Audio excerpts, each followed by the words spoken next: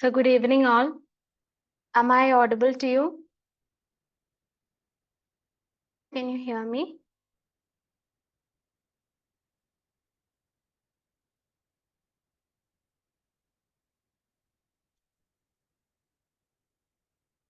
Okay.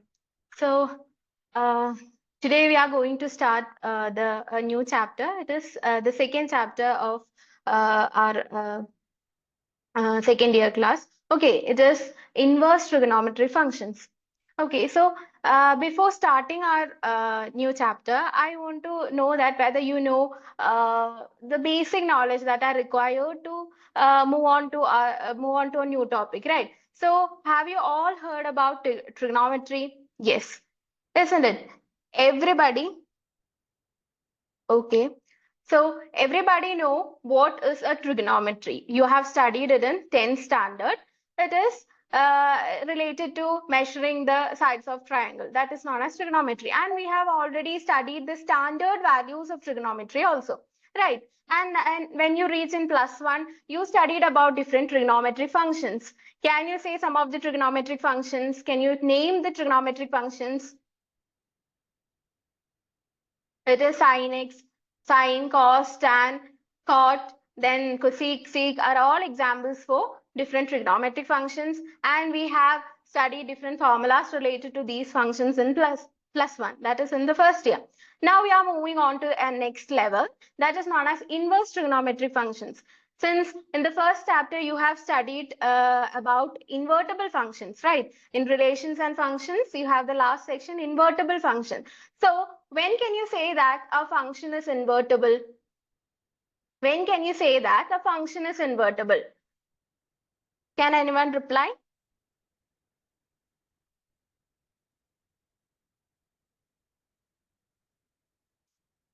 A function is invertible if it is a bijective function, right? If it satisfies both 1, 1 and onto condition. The function should be both 1, 1 and onto. Then we can say that that particular function is invertible, right? So what about these trigonometric functions? Are they invertible? Are these trigonometric functions invertible? Let's see. Okay. So can you see the graph of the function sin x? Here you can see the graph of y equal to sin x. Okay. And everybody know that sin x is a periodic function, right? Sin, cos, tan, etc. are all periodic function. What do you mean by periodic function? Periodic function is nothing but the values of those functions gets repeated in particular intervals. Okay. After particular intervals, the values of that particular function gets repeated. That's why these functions are called as periodic function, right? So can you say that y equal to sin x? Okay, so here you can see that y equal to sin x, right? Y equal to sin x is a 1, 1 function. Since it is periodic, we know that for different values, we have the same image, right? Here you can say that for 0, for pi, again for 2 pi, etc. all takes the value 0, right? So we can say that this function is repeating at periodic intervals, right? Or else, how can you check graphically a function is 1, 1? How can you check graphically a function is 1, 1? For that, we draw lines like horizontal lines that are parallel to x-axis. We draw lines that are parallel to the x-axis, right? If this particular horizontal line touches the graph in more than 2 points, here you can see that this line is intersecting the graph in all these points, right? In all these points, we can see the intersection. That horizontal line is intersecting in many points. In such cases, those functions become many one function. Okay, so there are many images. Okay, it is not 1, 1 function. How do you check whether a function is 1, 1 using a graph? We draw horizontal lines. And if it intersects in only one point, we can say that it is a 1, 1 function. Here it is clearly, we can say that it is not a 1, 1 function because it is intersecting in many points, right? So clearly, this function is not 1, 1. So can you say that sin x is invertible function? Since it doesn't satisfy the condition 1, 1, it is not an invertible function. So y equal to sin x is not an invertible function. And we know the domain of this function, right? We know the domain. What is the domain of sin x? Sin x is sin x, sin is defined from the set of real numbers to closed interval minus 1 comma 1. Right. This is the function sign. Okay, it is defined from the set of real numbers to minus 1, 1. And we have seen that this function is not 1, 1 and hence it is not invertible. Okay, so we are going to discuss about inverse trigonometric function. So there is a possibility so that we can make the sin x an invertible function. Let's see how we can make the sin x an invertible function. For that, I'm going to restrict the domain. Okay, here the domain, it is a set of real numbers. I'm going to restrict the domain. I'm going to restrict the domain from minus pi by 2 to pi by 2. Okay, you can see that portion is darkened. That is, I'm going to restrict the domain of the sine function from minus pi by 2 to pi by 2. Now, let us see whether this particular portion, you can forget about the remaining portion, only think about that darker portion. Okay, that's the graph of function sin x restricted to the domain minus pi by 2 to pi by 2. Let's see whether this particular portion is 1, 1 and onto. Particular graph is 1, 1 and onto. And for that, again, I'm drawing horizontal lines. Sorry.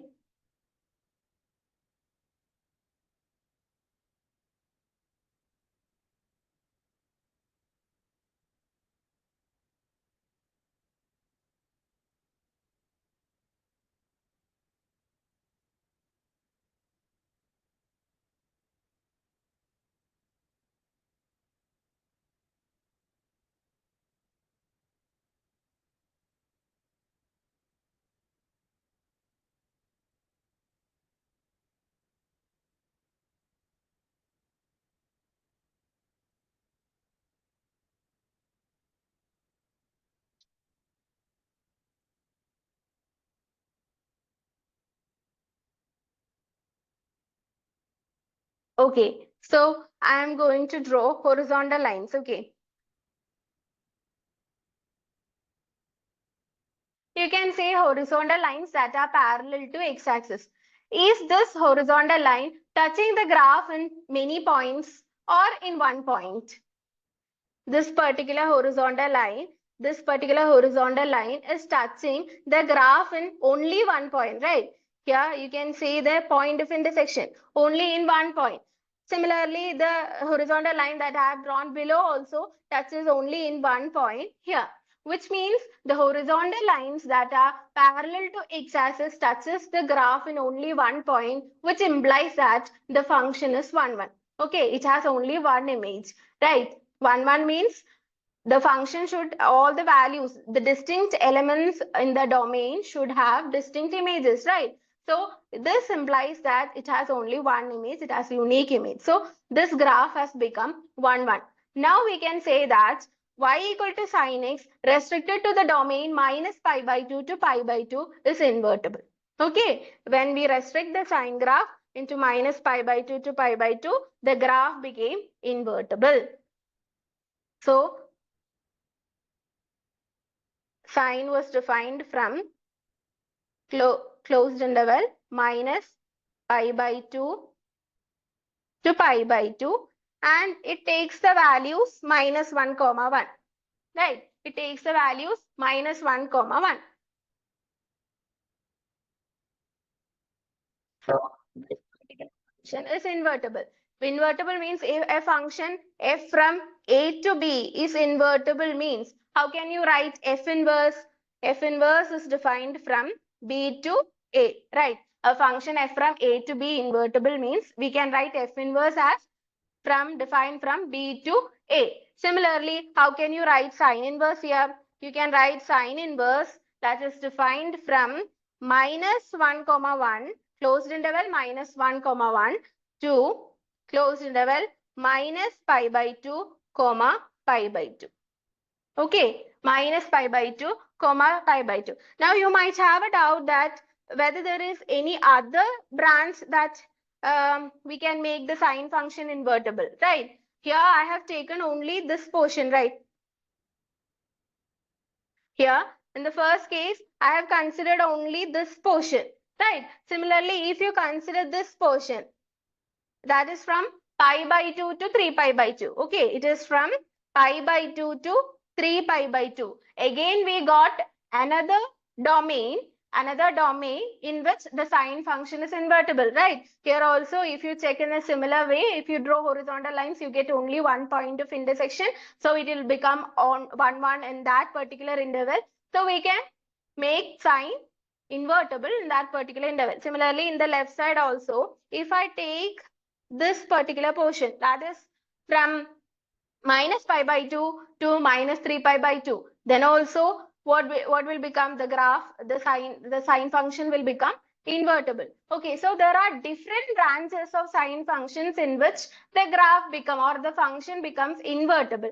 But for our convenience, we are only taking the principal value branch. Okay, we are only taking this first one. Okay, that is known as the principal value branch. Okay, for it is just for convenience, we are for the defining of function and etc.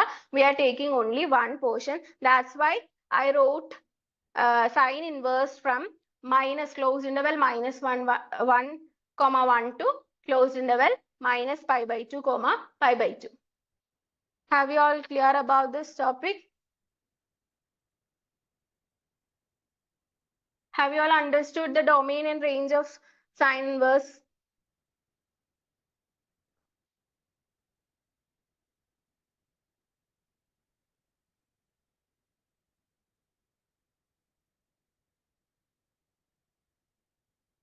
So from this graph, you can understand that the domain and range of that sine inverse. Okay.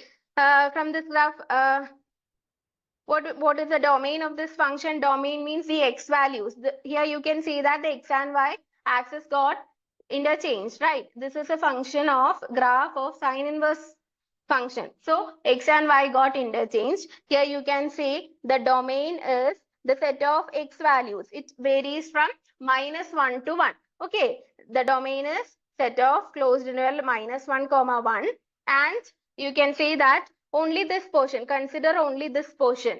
Okay, considering that portion, we can see that the range is varying from minus pi by 2 comma pi by 2. Okay, the range is varying from minus pi by 2 comma pi by 2.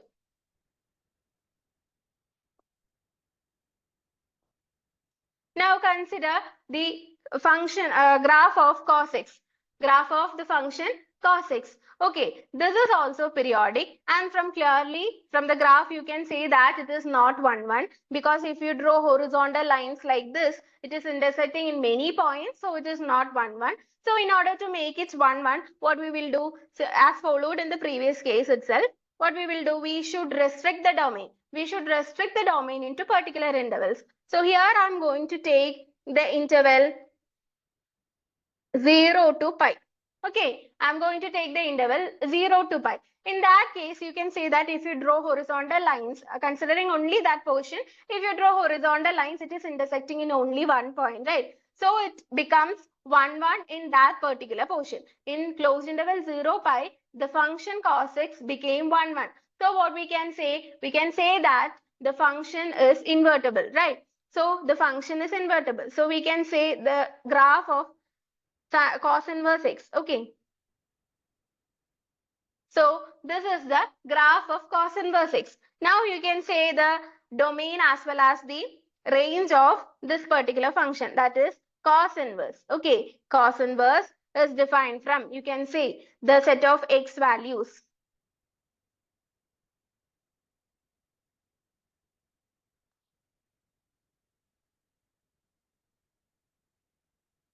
Domain means a set of x values, right? It varies from minus 1 to 1. Closed interval minus 1 to 1. And we have restricted it to a particular interval in order to make it 1, 1, right? What is that? It is called as a principal value branch. And what it is called? It was 0 pi. right? Closed interval 0, comma pi. So cos inverse is defined from closed interval minus 1, comma 1 to closed interval 0, pi. Okay, is that clear to you all? Now,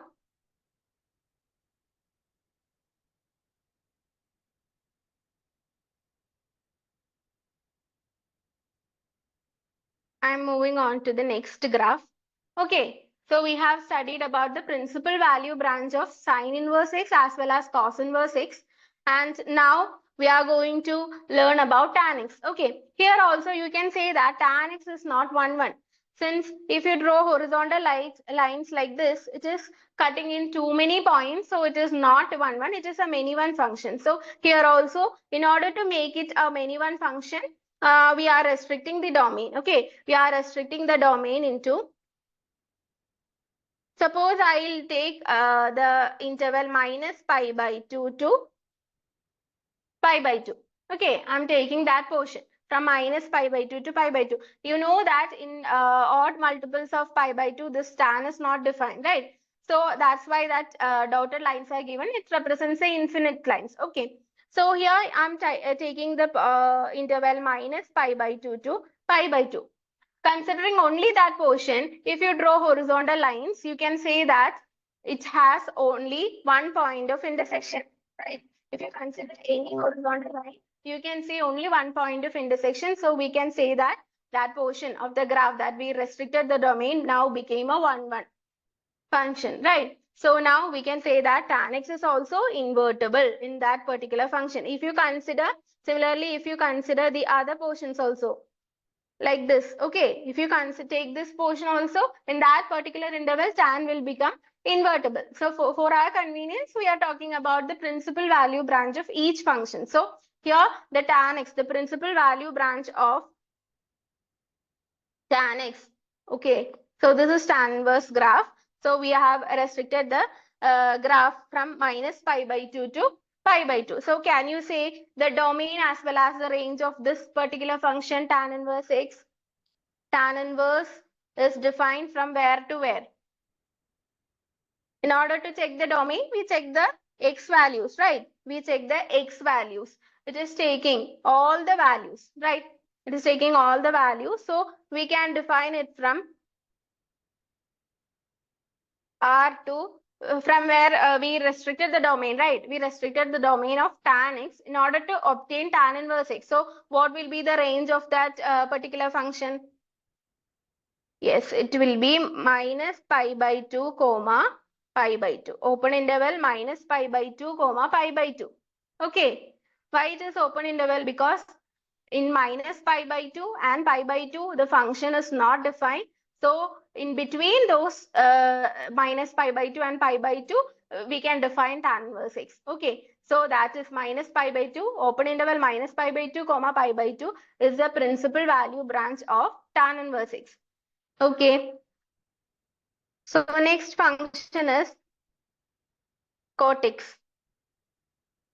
You can see the graph of the function cot x. Here also in certain points the graph is not defined. That is in minus pi. That is in the multiples of pi the graph is not defined. Cot x is not defined, right? So here also you can see that it is not a 1, 1 function.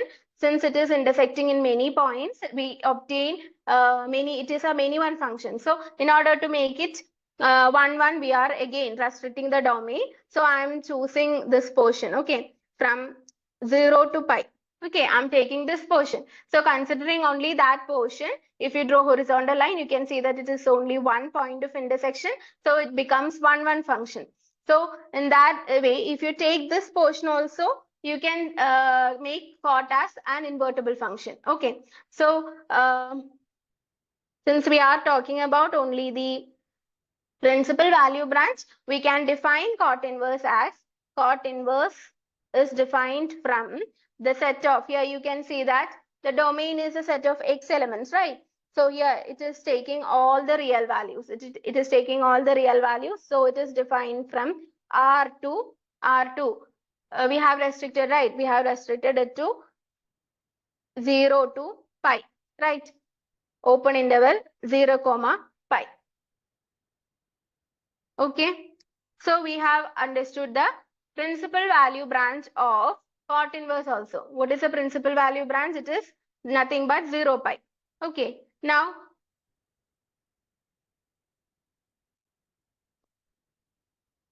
we are talking about the graph cosec x. Okay, consider cosec x. Here you can see that the graph is only defined above 1 and here it is below -1. If I take this portion, can I make this graph a 1, 1 function? No, right. If I draw a horizontal line like this, it is intersecting in 2 points.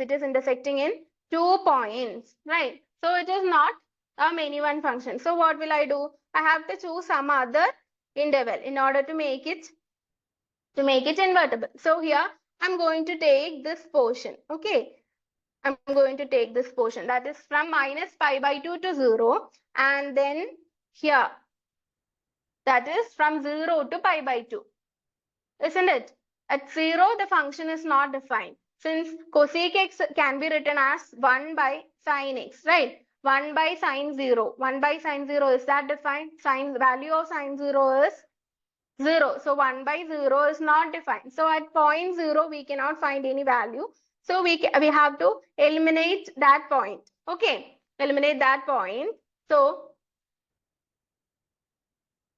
minus pi by 2 to pi by 2 except the point 0. So I am restricting the domain from minus pi by 2 to pi by 2 except the point 0. In that portion, can you say that the function is 1, 1? Definitely. If you draw horizontal lines, there is only one point of intersection. So we can say that it is a 1, 1 function. So at that particular interval, we can make cosec x as an or cosec function as an invertible function. Okay. Now we can check the graph of cosec inverse. Okay. So this is the graph of cosec inverse. So what can you say about the domain as well as the range of cosec inverse? So in order to check the domain, check the x values. It is taking all the real values except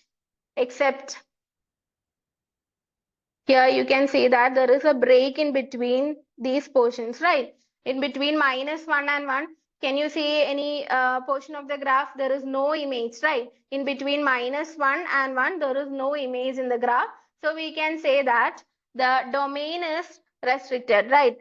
It is from R. It is a set of real numbers, but in between -1 and 1, there exists no image. So we have to remove that part, right? R minus 1 comma 1. Okay, R minus 1 comma 1 to what will be the range of that particular function? The range of that particular function, we have restricted it.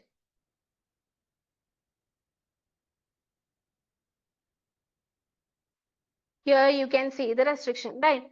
So what will be the range of that particular function? It is nothing but pi by 2 minus pi by 2 minus pi by 2.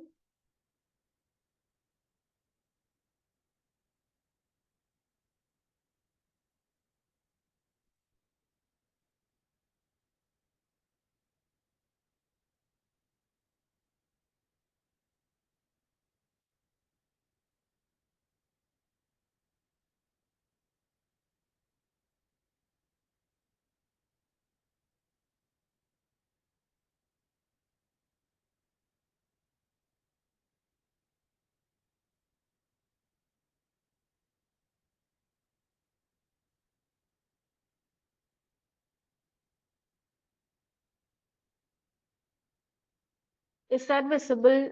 Is my screen visible?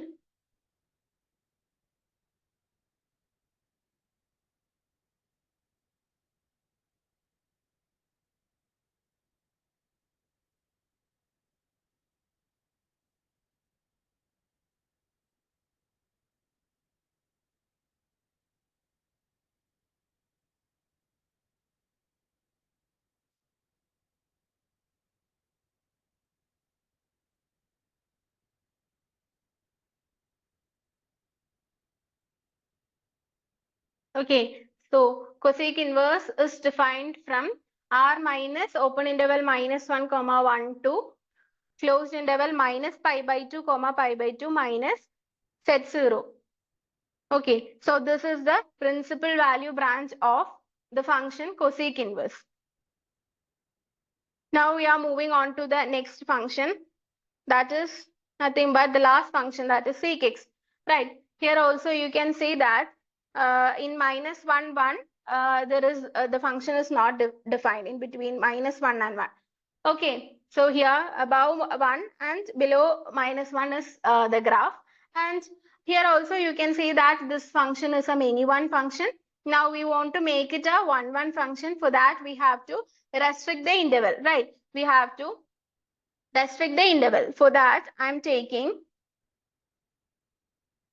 considering this portion, that is from 0 to pi by 2 and pi by 2 to pi. Okay, since the function is not defined in pi by 2, we cannot include that point, right? Except pi by 2, consider the function from 0 to pi by 2 and pi by 2 to pi. Okay, in that portion, can we say that it is 1, 1? Definitely, it is 1, 1, because if we draw horizontal line, there is only one point of intersection, so it is 1, 1. So we have got the principal value branch, right? So we can see the graph of cosec inverse, sorry, sec inverse. Okay, this is a graph of sec inverse, and you can say the domain and range of that particular graph. This is the domain, right? Domain, in domain you have to remove from minus 1 to 1 because there is no image, right? So we can define sec inverse. We can define the function sec inverse. It is nothing but r minus 1 comma 1. We have to remove minus the numbers from minus 1 to 1 to 1. Okay, from the set of real numbers. That's why I have written as r minus open interval minus 1 comma 1 to what will be the range of that function? We have restricted, right? In order to make the function invertible, we have restricted it to the principal value branch, right? So here you can see it is from 0 to pi, right? Closed interval 0 to pi, but which point is not included? This point, pi by 2 point is not included. So we have to remove that from the range. So minus the point pi by 2.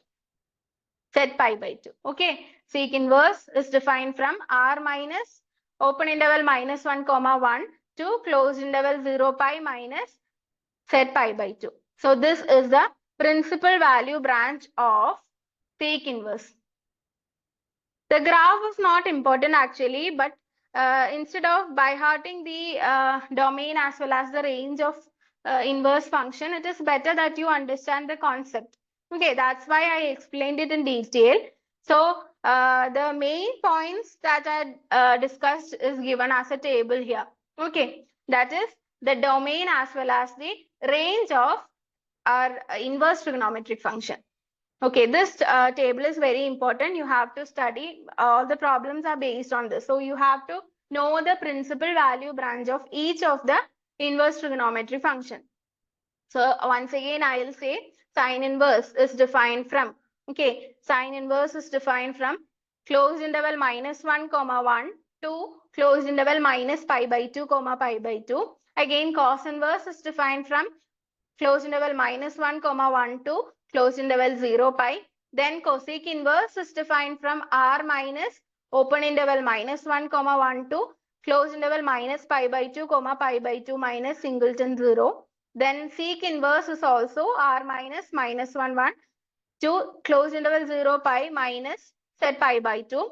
Then tan inverse is defined from r to open interval minus pi by 2 comma pi by 2. Then cot inverse is defined from r to open interval 0 pi. Is this clear to you?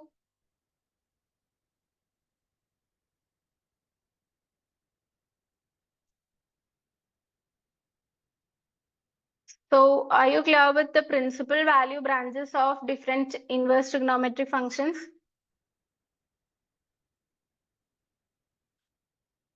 Based on this, we have to do the problems in exercise 2.1.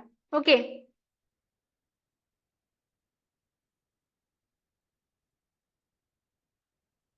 And one more point before that.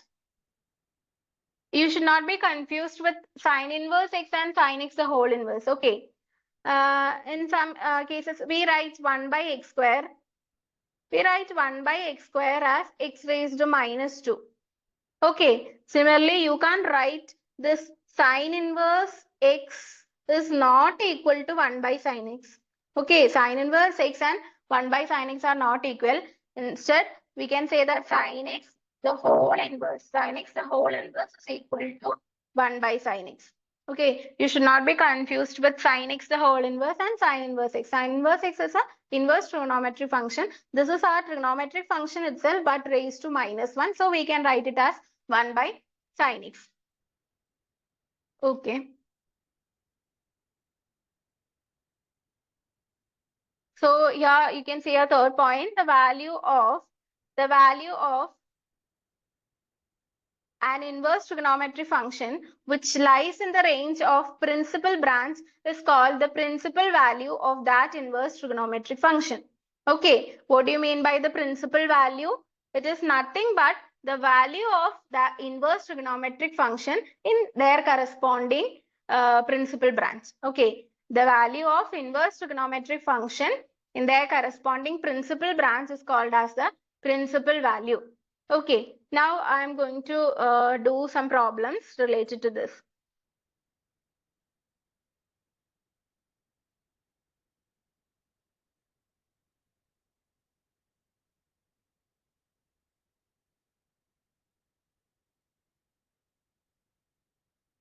We'll start with an example. We have to find out the principal values of, sine inverse of 1 by root 2. We have to find out the principal value of sine inverse of 1 by root 2. So what does that mean? Do you understand the meaning of the question? Sine inverse is defined from, we know it is defined from minus 1 to 1. In between there are numbers, it is defined from minus 1 to 1. And here you know that it takes theta values, right? Here in this set we have theta values. So we have to find out which theta will give you the value 1 by root 2 for the sine function. Which value of theta will give you the value 1 by root 2 for sine function. Okay.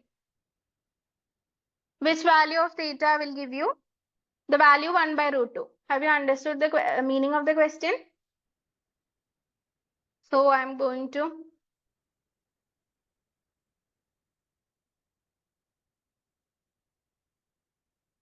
solve this. Before that, you should be thorough with the standard trigonometric values. Okay. Standard trigonometric values like sine 30 is 1 by 2. Then cos 30 is root 3 by 2. You have studied many standard trigonometric values that you should be thorough with these values, and you should also know the corresponding radian measure of all these angles, right? This 30 in radian measure is pi by 6, right? 13 radian measure is pi by 6 and 60 in radian measure is pi by 3. You have to know the basic knowledge about trigonometry, then only you can solve these problems. Okay.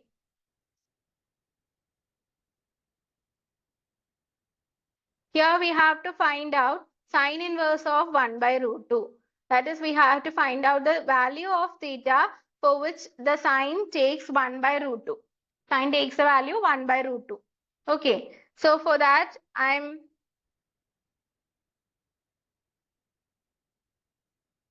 let sine inverse of 1 by root 2 equal to theta. Okay, we don't know the value of theta. We have to find out the value of theta. So for that, we have to apply a property of this inverse trigonometric function.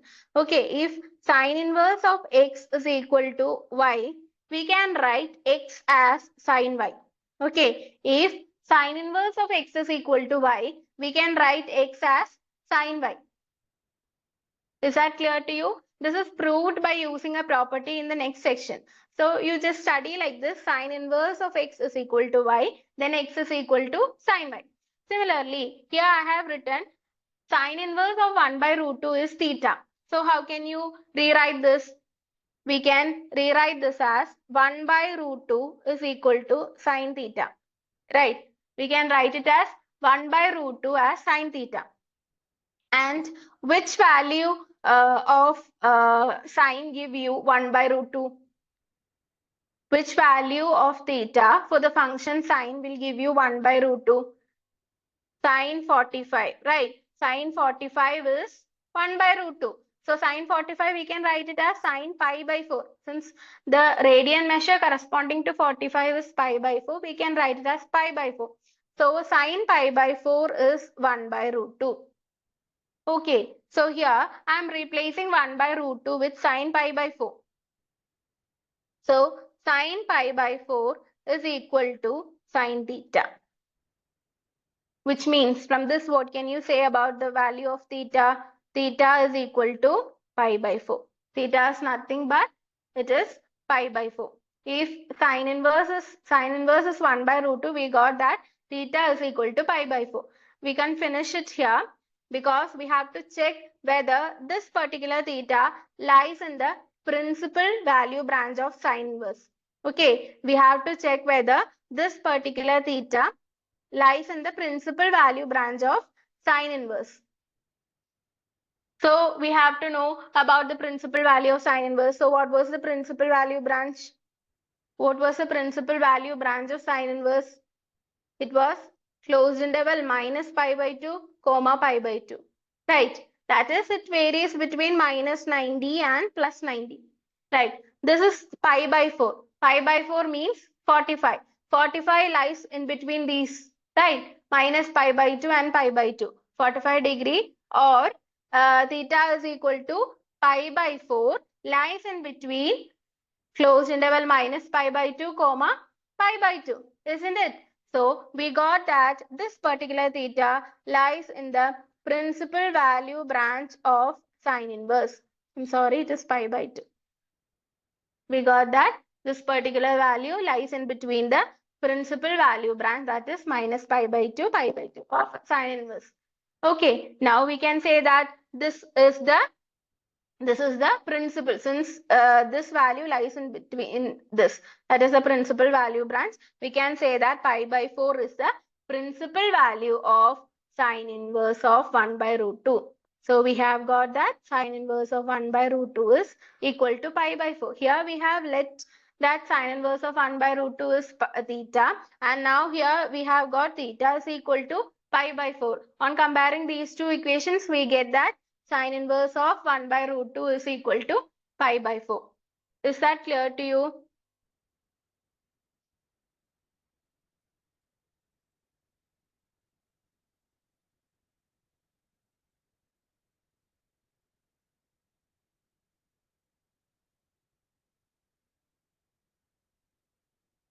I'm moving to the exercise questions. Okay, exercise 2.1. Exercise 2.1. Okay. The first question is, we have to find out the principal values. This section is all about finding the principal values. So you should be thorough with the standard trigonometric values as well as the principal value branches of all the inverse trigonometric functions. Okay, then only you can solve this. If you learn that, you can easily solve the problems in this section.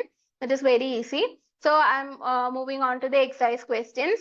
That is sine inverse of minus 1 by 2. This is the first question in your exercise section. Okay, sine inverse of minus 1 by 2. Again, let sine inverse of minus 1 by 2 equal to theta. Okay, I'm taking sine inverse of minus 1 by 2 as theta. We have to find out the value of theta in which sine takes minus 1 by 2. Sine takes the value minus 1 by 2. That is the meaning of that question. So I'm taking sine inverse of minus 1 by 2 as theta. So from this, what do you get? From the definition of inverse, you can write it as minus 1 by 2 is equal to sine theta. Since sine inverse of x equal to y, we can write x as sine y. Similarly, sine inverse of minus 1 by 2 equal to theta implies we can write minus 1 by 2 equal to sine theta. Okay, is that clear to you? Minus 1 by 2 equal to sine theta. Now what we have to do? We have to check the value for which we get 1 by 2 in the sine function, right? So, which is the value that will give you 1 by 2 in sine function? What is sine 30? Sine 30 is 1 by 2, right? Sine 30 is 1 by 2. In radian measure, we are using radian measure. So we want to know the corresponding radian measure also. So 30 can be written as pi by 6, right? So sine pi by 6 is 1 by 2. So I'm going to replace this particular 1 by 2 with sine pi by 6. So minus is already in the question. Okay, minus, and instead of 1 by 2, I'm writing sine pi by 6. That is equal to sine theta. Okay, minus sine pi by 6 is equal to sine theta. But here you can see that it is positive. So we can make this portion also positive. So how will you make that positive? You have studied a property of sine, right? What was that?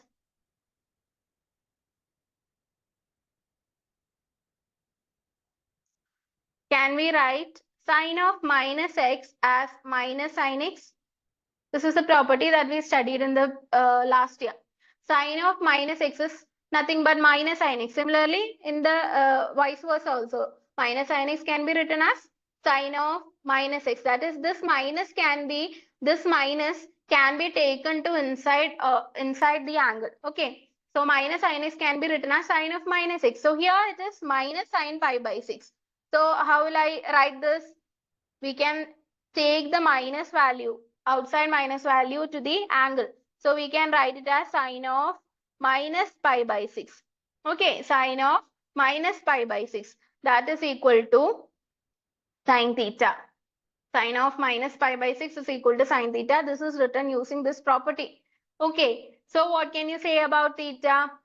What can you say about theta? It is nothing but theta is equal to minus pi by 6. Theta is equal to minus pi by 6. Okay. So let this equation be 1. And now we have got theta is equal to minus pi by 6, right? Comparing 1 and 2. Comparing equations 1 and 2, what can you say about the value theta? Sine inverse of 1 by theta is equal to minus pi by 6. So we can say that sine inverse of minus 1 by 2 is minus pi by 6.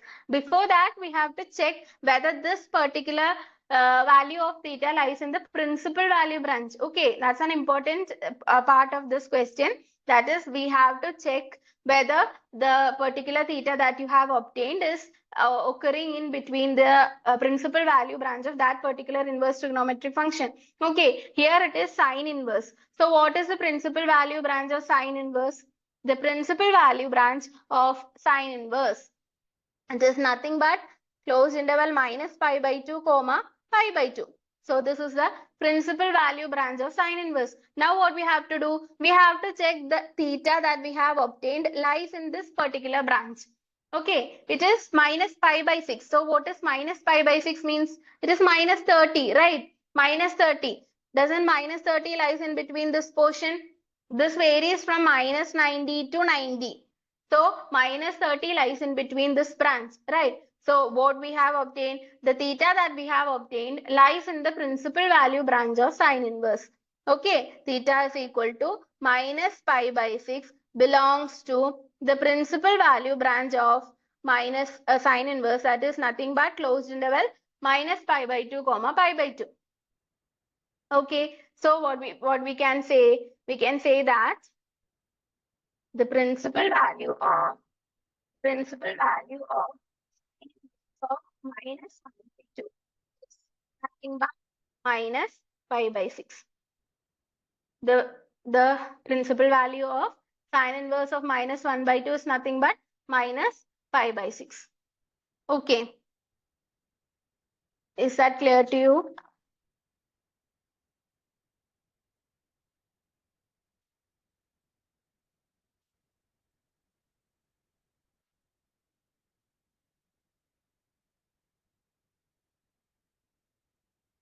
So I'm going on to the next question, that is second one. Okay, that is cos inverse of root 3 by 2. Cos inverse of root 3 by 2. We have to find out the principal value of cos inverse of root 3 by 2. How will you find out the value, principal value? First, assume that let cos inverse of root 3 by 2. Let cos inverse of root 3 by 2 be theta. Okay, we have to find out the value for theta. Okay, so for that we are applying the property or the definition of inverse trigonometric function. That is, if cos inverse x is equal to y, we can write x as cos y.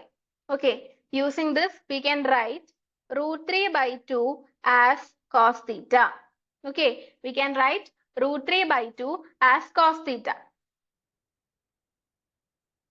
Okay, now we have to check for which value of theta will give you the cos value as root 3 by 2. Okay, which value will give you root 3 by 2? Cos of which value?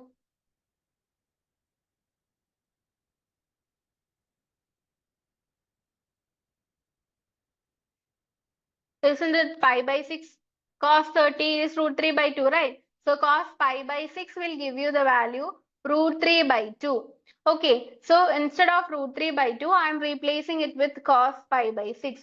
So cos pi by 6 is equal to cos theta. Cos pi by 6 is equal to cos theta. Okay, from this what can you say? Theta is nothing but pi by 6. Theta is equal to pi by 6. Okay, now we have to check. We have got the value for theta.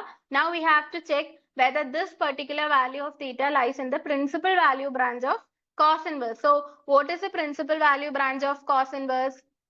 The principal value branch of cos inverse is closed interval 0 pi.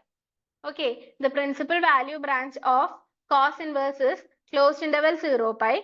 So theta is equal to pi by 6 belongs to closed interval 0 pi. Theta is equal to pi by 6 belongs to closed interval 0 pi, isn't it? Pi by 6 means 30. This varies from 0 to 180. 30 lies in between the interval closed interval 0 pi. So we can say that pi by 6 lies in between the principal value branch of cos inverse. So what is the principal value of cos inverse of root 3 by 2? It is nothing but pi by 6. It is pi by 6. Okay. Cos inverse of root 3 by 2 is equal to pi by 6.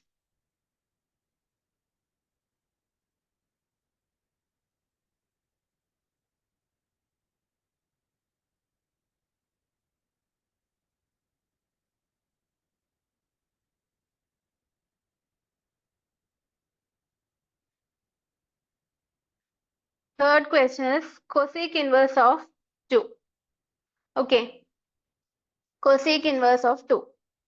So let cosec inverse of 2 equal to theta. Cosec inverse of 2 be theta. So what can you write according to the definition of inverse trigonometric function? We can write this as 2 is equal to cosec theta. We can write 2 is equal to cosec theta, right? And since 2 is equal to cosec theta, we can write this also as 1 by, sorry, 1 by cosec theta is sin theta, right? So the reciprocal of cosec theta is sin theta. So we can consider the value of sin theta if cosec theta is asked. What we have to do, we have to only take the reciprocal of the corresponding cosec value, isn't it? So we can take sin theta here.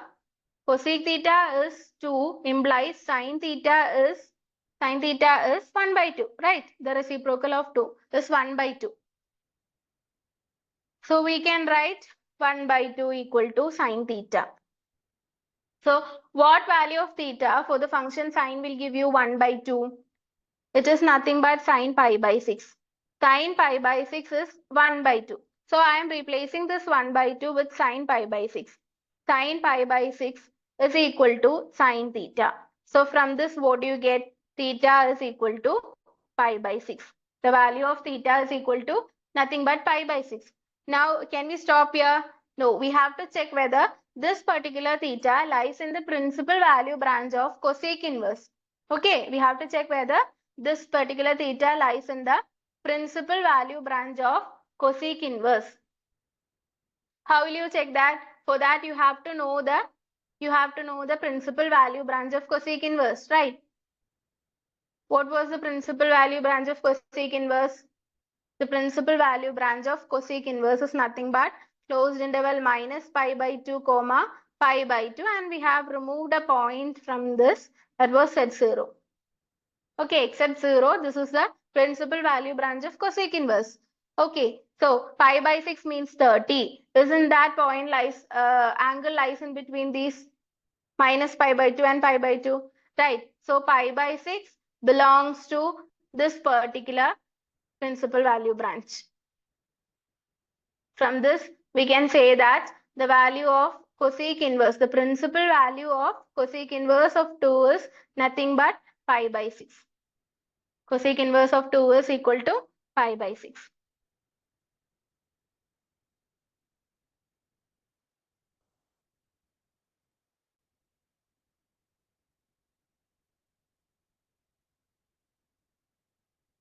Fourth question, it is tan inverse of minus root 3. Tan inverse of minus root 3. Okay, again, let tan inverse of minus root 3 equal to theta. Tan inverse of minus root 3 equal to theta. Okay, so from the definition, we can write this as minus root 3 to minus root to tan theta. Okay, now we have to check which value of theta for the function tan will give you the value root 3. Okay, which value will give you tan 60. Right, tan 60 is equal to is root 3. How can you write tan 60? Tan pi by 3. Right, tan pi by 3 is root 3. So instead of root 3, I am going to replace it with tan pi by 3. So minus tan pi by 3 is equal to tan theta. But here in the right hand side, it is positive. So we have to make this also positive. For that, we are applying the property. We are applying the property tan of minus x is equal to minus tan x, or minus tan x is equal to tan of minus x. Okay, so here it is minus tan pi by 3. So we can write this as tan of minus pi by 3, that is equal to tan theta. We are not changing the right hand side. We are only changing the left hand side to make it positive. That is, we are applying the property of tan. Tan of minus x is equal to minus tan x. Okay, so minus tan pi by 3 will become tan of minus pi by 3. So from this we get that theta is equal to minus pi by 3. Now what we have to do? We have to check whether this theta value lies in the principal value branch of tan inverse. We have to check whether this theta value lies in the principal value branch of tan inverse. What is the principal value branch of tan inverse? The principal value of tan inverse is minus open interval minus pi by 2 comma pi by 2. Okay, this is the principal value branch of tan inverse. So what we have obtained? We have obtained that theta is equal to minus pi by 3. Okay, minus pi by 3 means minus 60. Minus 60 lies in between this, right? So we can say that minus pi by 3 belongs to open interval minus pi by 2 comma pi by 2. So what we can conclude? We can conclude that minus pi by 3 is the principal value of tan inverse of minus root 3. Okay, that is tan inverse of minus root 3 is equal to minus pi by 3.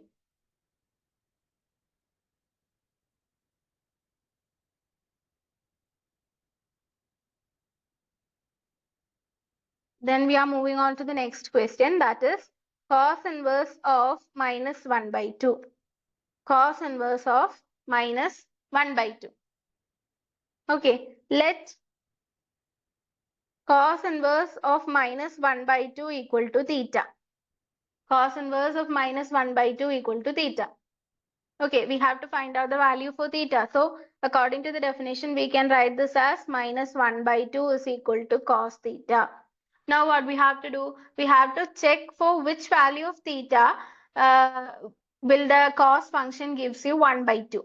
Okay, so cos, how much is 1 by 2? Cos pi by 3, right? Cos pi by 3 is equal to 1 by 2. Okay, so you can replace this 1 by 2 with cos pi by 3. So minus cos pi by 3. Minus cos pi by 3 is equal to cos theta. Again, this minus. So we have to change that minus. For that, we cannot use that property minus 2, since minus cos x is equal to cos x itself. Sorry.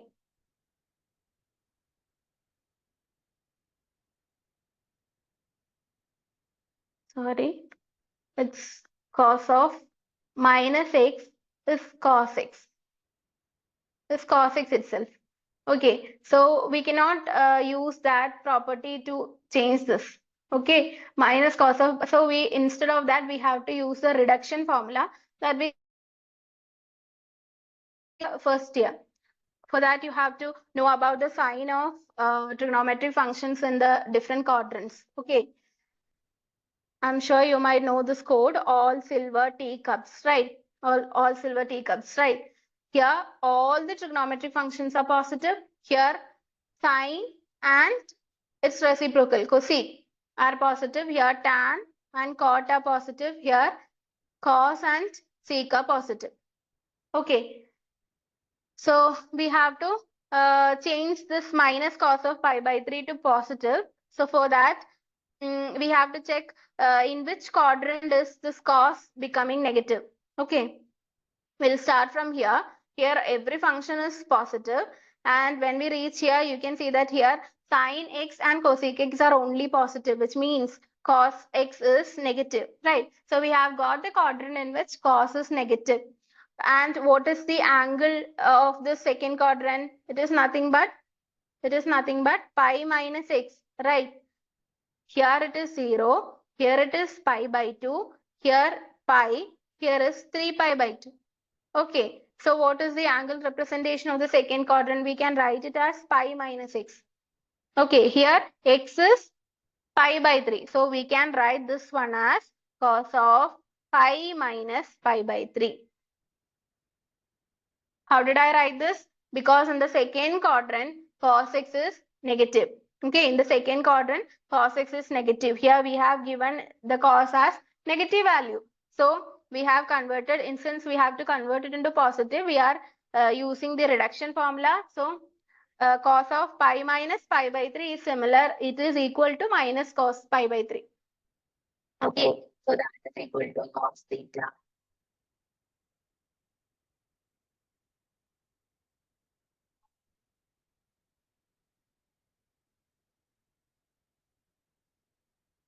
So cos of pi minus pi by 3 is equal to cos theta. What is pi minus pi by 3? LCM is 3. So cos of 3 pi minus pi, right? So it is 2 pi. 3 pi minus pi will give you 2 pi. Cos of 2 pi by 3 is equal to cos theta. So what is the value of theta? Theta is nothing but 2 pi by 3. Now what we have to do? We have to check whether this 2 pi by 3 lies in the principal value branch of cos inverse, isn't it? So the principal value branch of cos inverse is closed interval 0 pi. Closed interval 0 pi. And this 2 pi by 3 means 2 into 180 by 3, right? So by cancelling it, we get it is as 60. So 2 into 60 means 120 degree. Okay. So 2 pi by 3 means 120 degree. 120 degree lies in between 0 to pi, right? So we can say that 2 pi by 3 belongs to closed interval 0 pi. Okay, 2 pi by 3 belongs to closed interval 0 pi. So what we can conclude from this? We can conclude that the principal value of cos inverse of minus 1 by 2 is nothing but it is 2 by 3.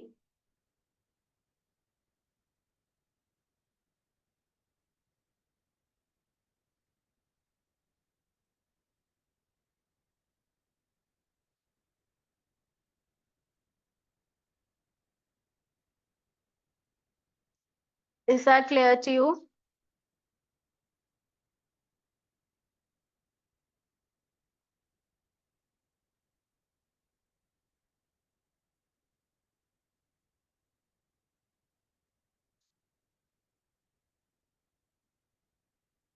We have some more problems in this section. In exercise 2.1, there are some more problems. We have only finished 5 problems. Rest we can discuss tomorrow.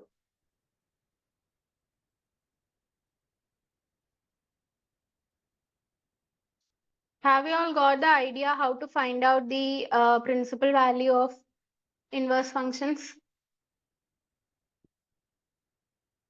So these problems, are these problems clear to you?